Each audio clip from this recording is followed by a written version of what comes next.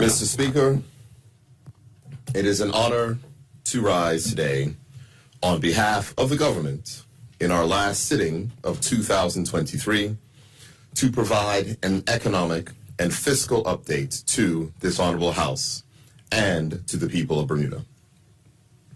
This statement will cover the latest report from the Fiscal Responsibility Panel, the government's mid-year financial performance, and the government's pre-budget report tabled moments ago. Mr. Speaker, earlier today, I laid for the information of this honorable House the Bermuda Fiscal Responsibility Panel Annual Assessment Report 2023, which I'll refer to hereinafter as the report, which can be found on the Ministry of Finance section of the Bermuda government portal. The report represents the 9th annual report of the Fiscal Responsibility Panel, a reputable and independent committee to review, monitor, assess, and publicly report on the fiscal progress of the Bermuda government.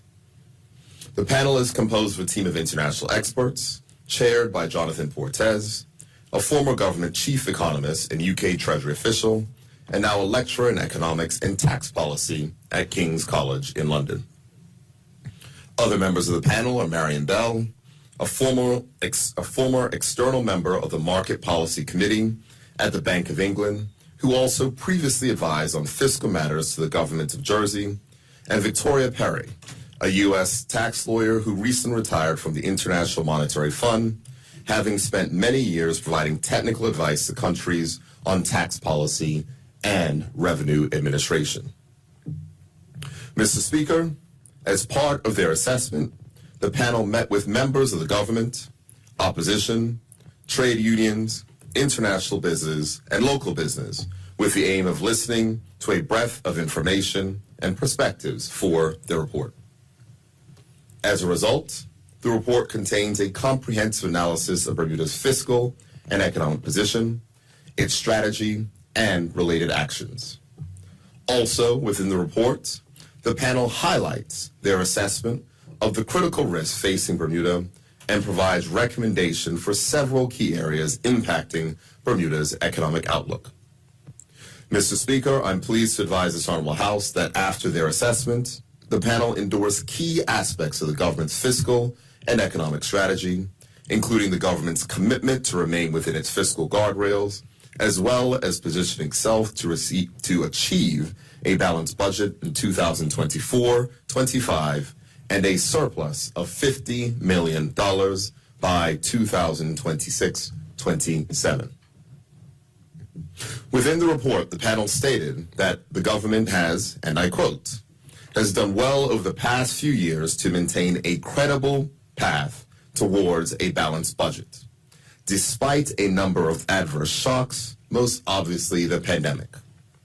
Spending has generally been kept under control, and steady revenue growth has therefore largely fed through into deficit reduction, end quote. Mr. Speaker, I'm also pleased that the panel envisions the implementation of a corporate income tax regime as having huge potential benefits to the country while acknowledging a number of associated risks. Also, within their report, the panel stated, and I quote, the combination of the introduction of the corporate income tax and relative economic stability means that Bermuda has a chance to put things on a better footing now for the long term. The government's objective that the corporate income tax should not result in an increase in the cost of living or doing business in Bermuda is understandable, end quote.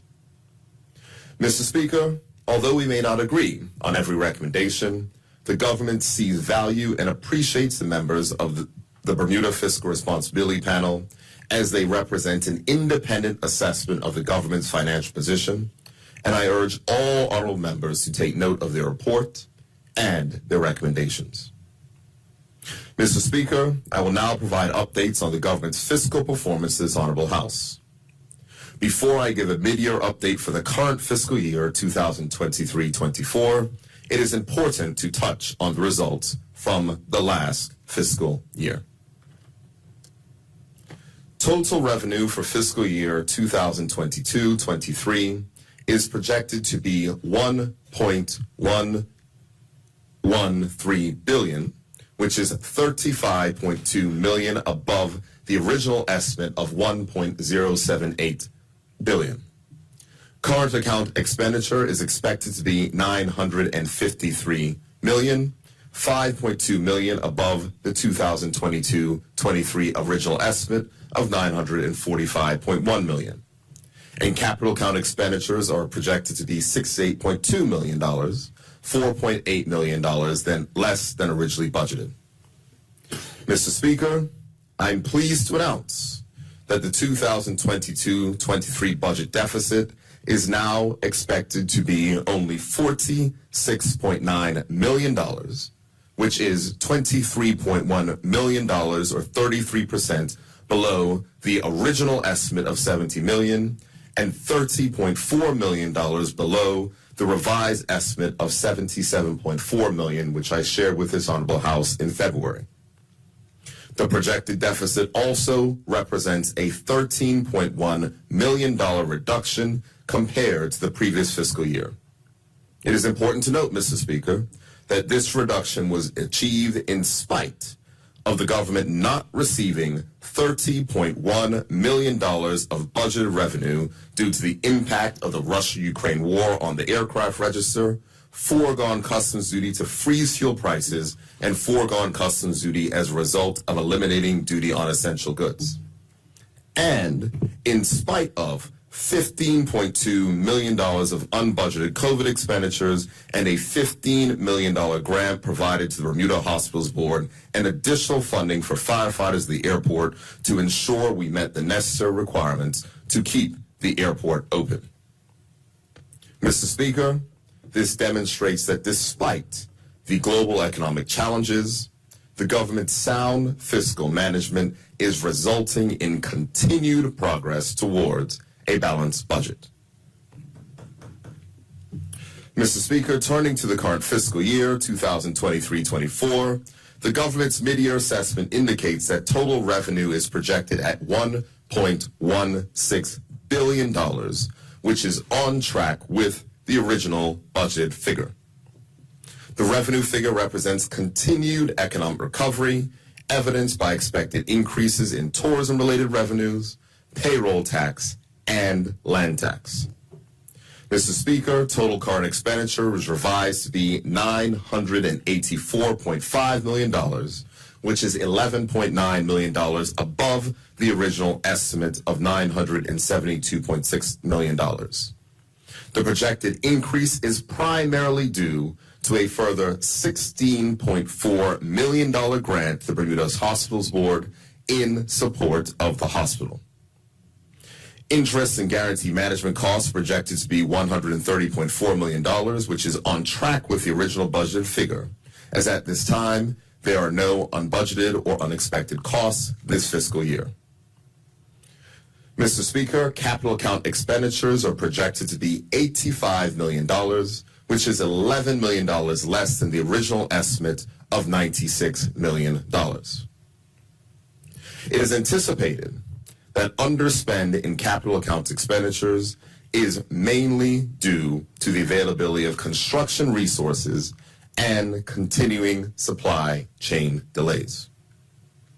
Mr. Speaker, the revised budget deficit for the current fiscal year is $44.4 million, which is $900,000 more than the original budgeted figure of $443.5 million. This projected deficit is relatively on track with the original estimates, despite unbudgeted costs associated with the funding boost to the hospital and a negotiated increase in salaries and wages for public officers. Keeping the deficit in line with estimates despite these additional unbudgeted expenses is a laudable achievement.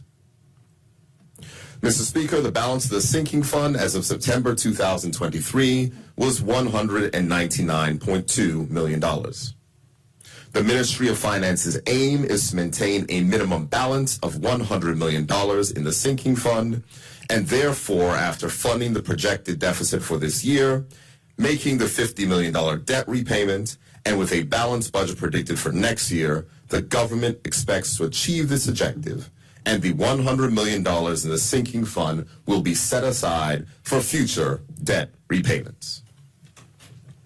Mr. Speaker, this government continues to demonstrate sound fiscal prudence and the ability to be good stewards of the public purse.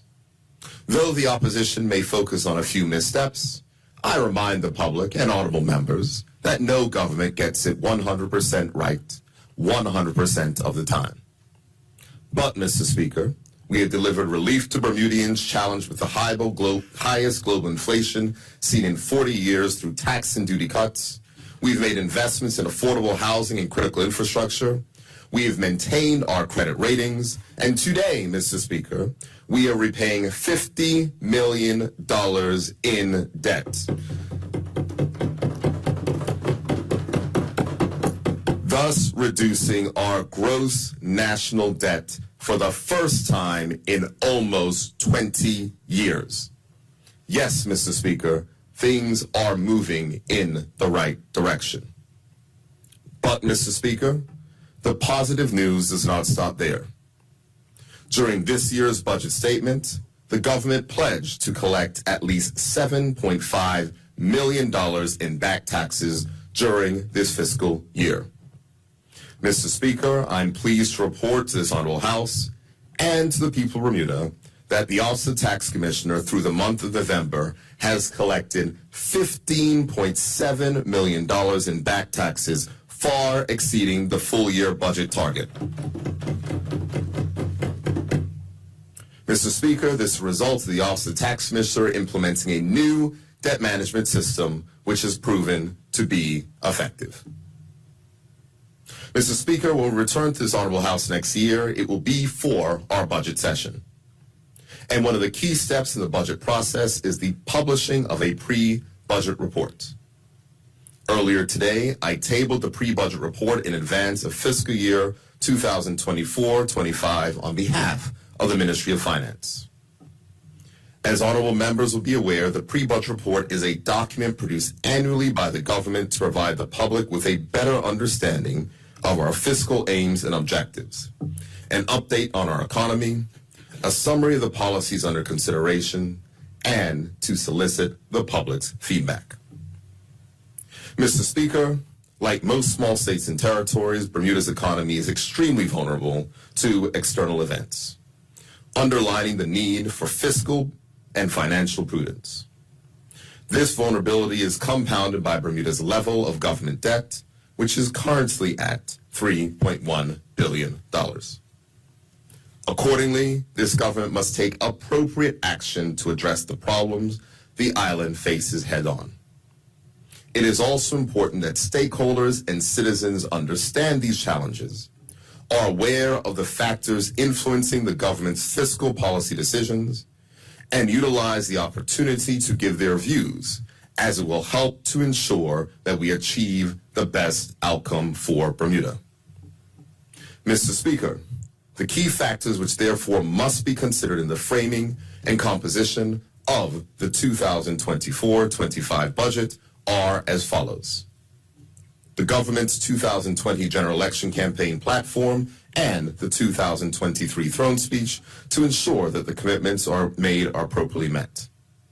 Relevant economic considerations, whether globally in relation to our major trading partner, the United States, or the economic realities that exist in the Bermuda context.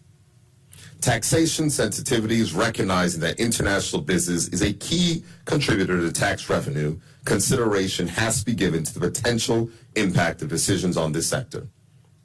The need for continued fiscal discipline to further reduce deficits on the path towards a balanced budget in 2024-25, and ultimate reduction in net debt levels. The requirements for continued investment and support for the initiatives within Bermuda's economic development strategy, the continued effective use of zero-based budgeting and the use of public value assessment outputs to enhance efficiency and cost-effective utilization of resources, the appropriate evaluation of the highlighted risk and implementation of the recommendations from the 2023 report of the Fiscal Responsibility Panel, whose role and work have already been addressed in the statement. And finally, of course, Mr. Speaker, feedback from the pre-budget report consultation. Mr. Speaker, during preliminary discussions with key stakeholder groups, the following policy initiatives were included in the pre-budget report for consideration and feedback. Amendments to the existing new hire relief that is set to expire this year. Consideration to increasing boat licensing fees for large pleasure crafts. Consideration of further reduction to employer payroll tax for the hospitality sector. Consideration of the reduction of immigration fees for work permit applications. Considerations for the reduction of land tax. And considerations towards expanding the list of items subject to customs duty relief. Mr. Speaker, I'd like to emphasize that none of the aforementioned proposals included in the pre-budget report are policy positions of the government. They are simply options put forth for consideration, and the government is inviting the public to be a part of that process by making recommendations for key changes in tax policy or spending priorities.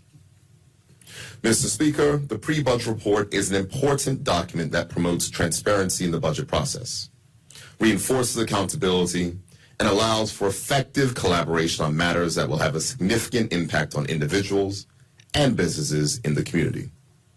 As a result, in January, during the consultation period, we will arrange meetings with members of the international business community, Chamber of Commerce, Trade Union Congress, Bermuda Bankers Association, and other key stakeholder groups to ensure the upcoming budget is a reflection of the wider community.